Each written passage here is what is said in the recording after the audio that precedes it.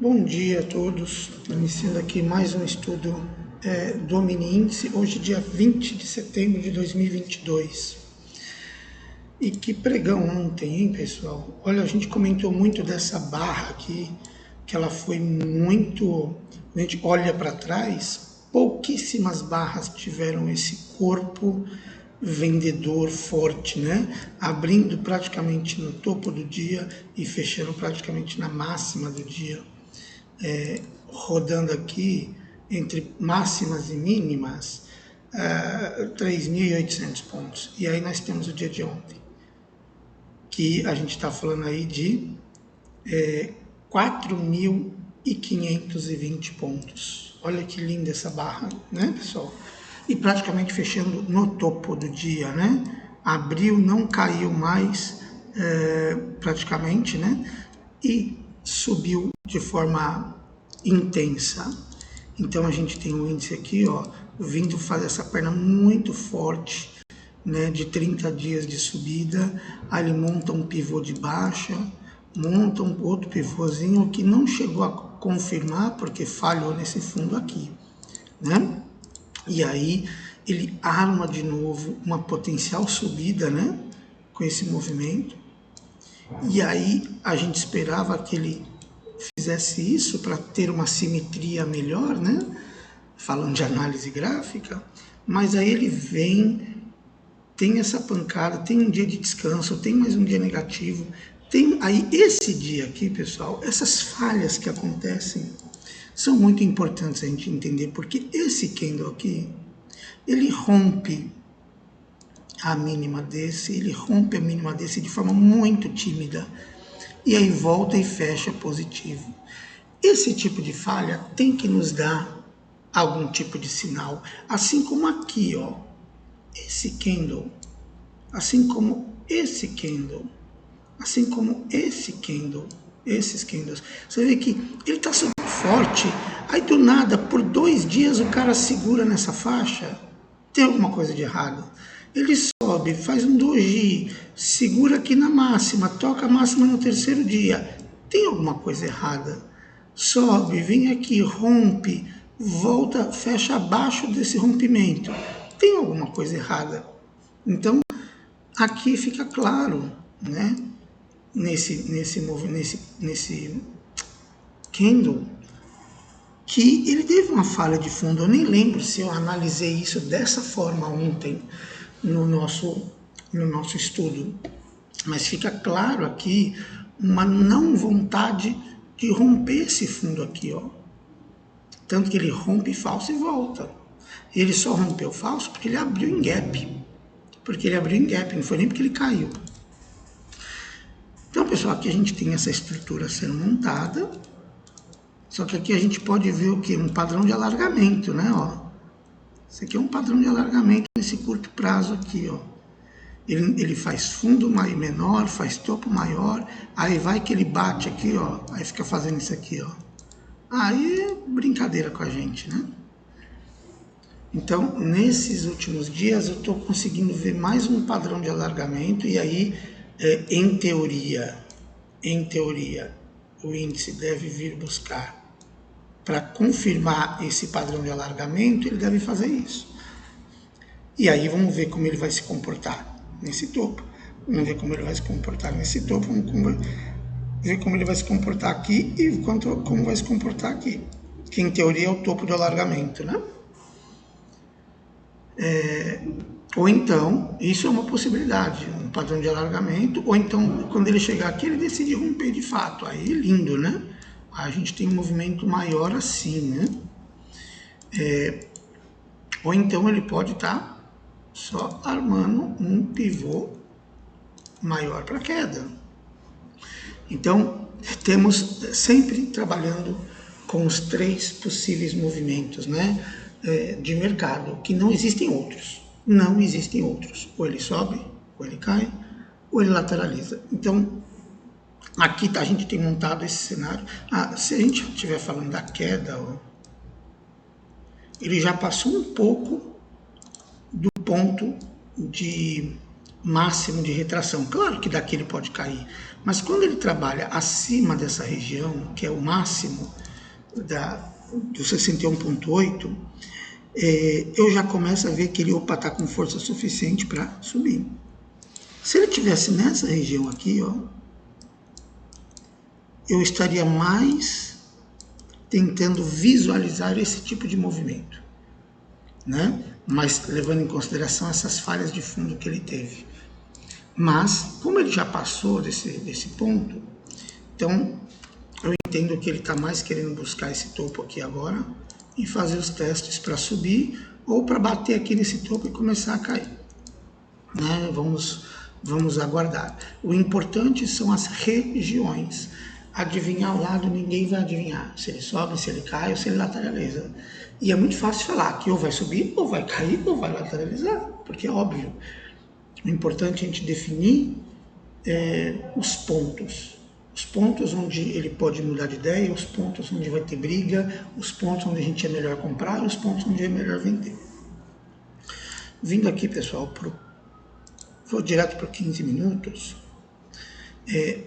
Aqui, né, a gente abriu com essa visão aqui, ou seja, ele parou aqui o movimento, né, então ele já parou num ponto de briga entre decidir se sobe ou se aqui ele vira e cai. E se a gente entender o gap como negociação, o gap que ele abriu aqui, ó, nós comentamos que o preço ia abrir nessa região por conta do mercado lá fora, e ele abriu exatamente aí nessa região. Vamos por 5 minutos. Ele abriu nessa região, né? E aí, como ele rompeu o fundo, esse cara aqui, para mim, já não tem tanto efeito, né? Esse cara aqui ele perde o efeito dele, né? Então, eu já tracei outro Fibonacci aqui nele, desse movimento, do gap, né, quando ele fez esse fundo.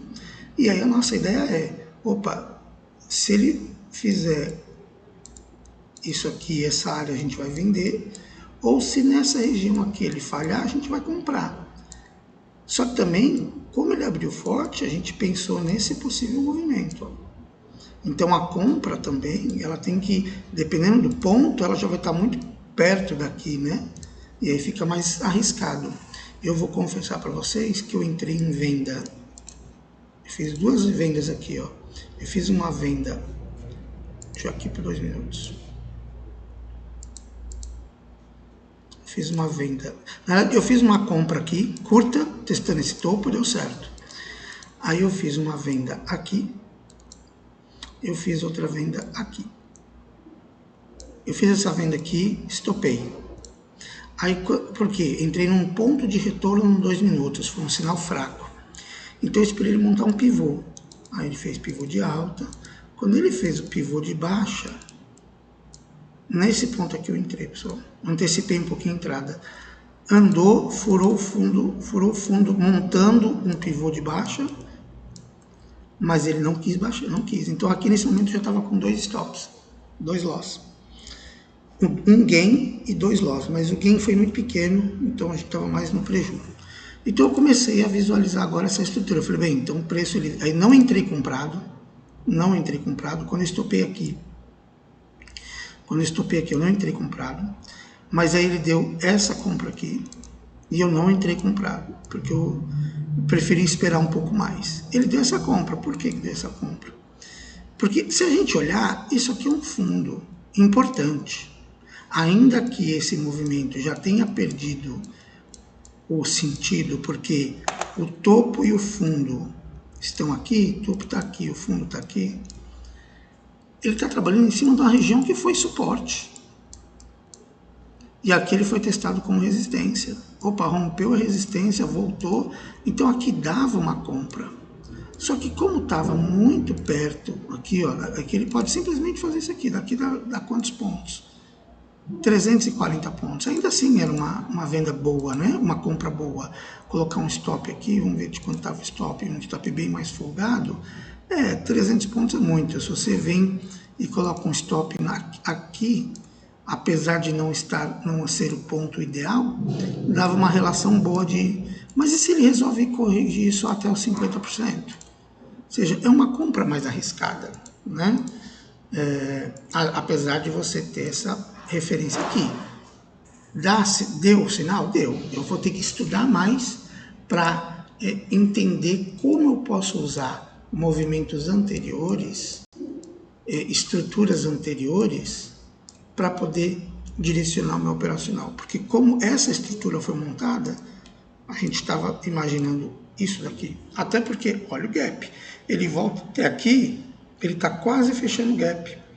Então, era um movimento muito possível. Então, pessoal, eu só vim operar depois disso aqui, ó.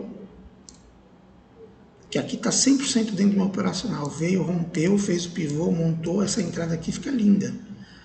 Fica linda porque essa região é a região de compra e aqui é a minha região de venda. Então, se ele romper, passar e me der o sinal aqui em cima, eu estou indo. E aqui já não foi mais relevante para a gente. Porque o que está valendo é esse movimento aqui. Aí ele rompeu, pronto. Quais são as próximas fases? Aqui é um topo. E aqui ele pode pipocar e dar venda, ou ele pode romper aqui e dar compra. E continuar o movimento. E foi o que aconteceu. E quando eu entrei nesse trade aqui, pessoal, quando eu entrei nesse trade de compra aqui, eu só vim sair ele aqui, ó. Quer ver? Lá na frente. Eu só vim sair dele aí, ó. Nessa região aqui.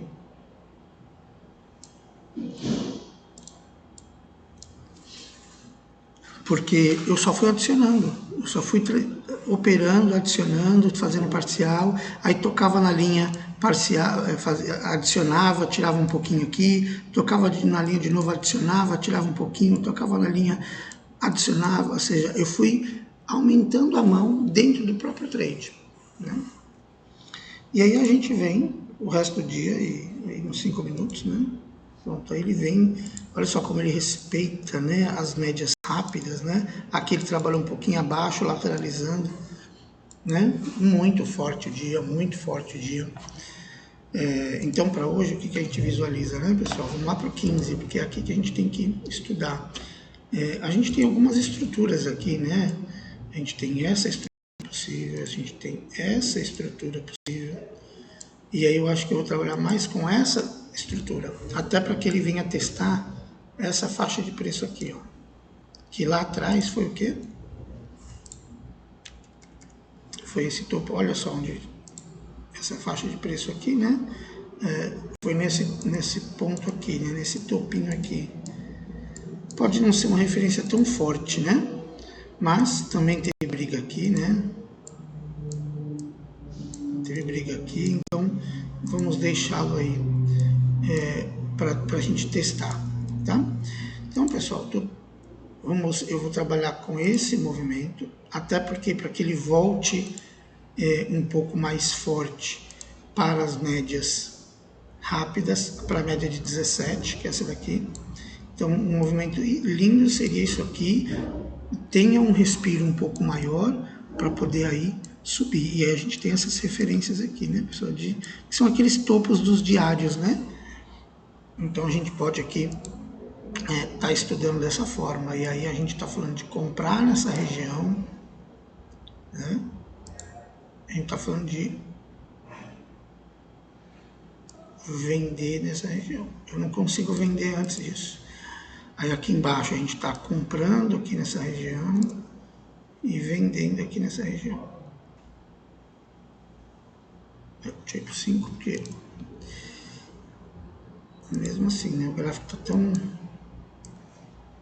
Depois eu ajeito aqui direitinho. E o próprio topo aqui, pessoal, quando a gente olha assim, ele até estrutura para desse topinho aqui, né? Vou até deixar esse topo aqui também marcado, que foi a máxima do dia praticamente, né? E a gente sabe que acima desse preço aqui a gente está comprado. E ele pode pipocar aqui na venda, né?